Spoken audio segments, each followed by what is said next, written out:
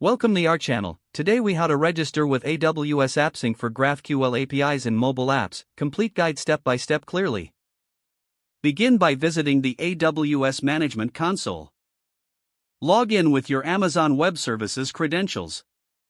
Once logged in, navigate to the AWS AppSync service. Click on Create API to start setting up your GraphQL API.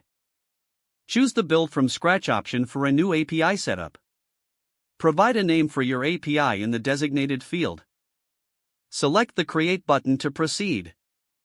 Next, you will be directed to the API's dashboard. Here, locate the Schema section in the left sidebar. Define your GraphQL schema according to your app's requirements. Use the schema definition language to create types, queries, and mutations that your app will utilize. Once the schema is defined, click on Save Schema to apply your changes.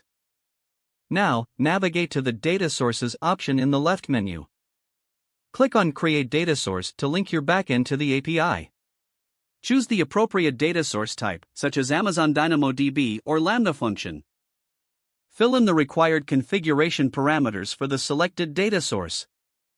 Click on Create to finalize the data source setup. Next, head to the Resolvers tab in the API section.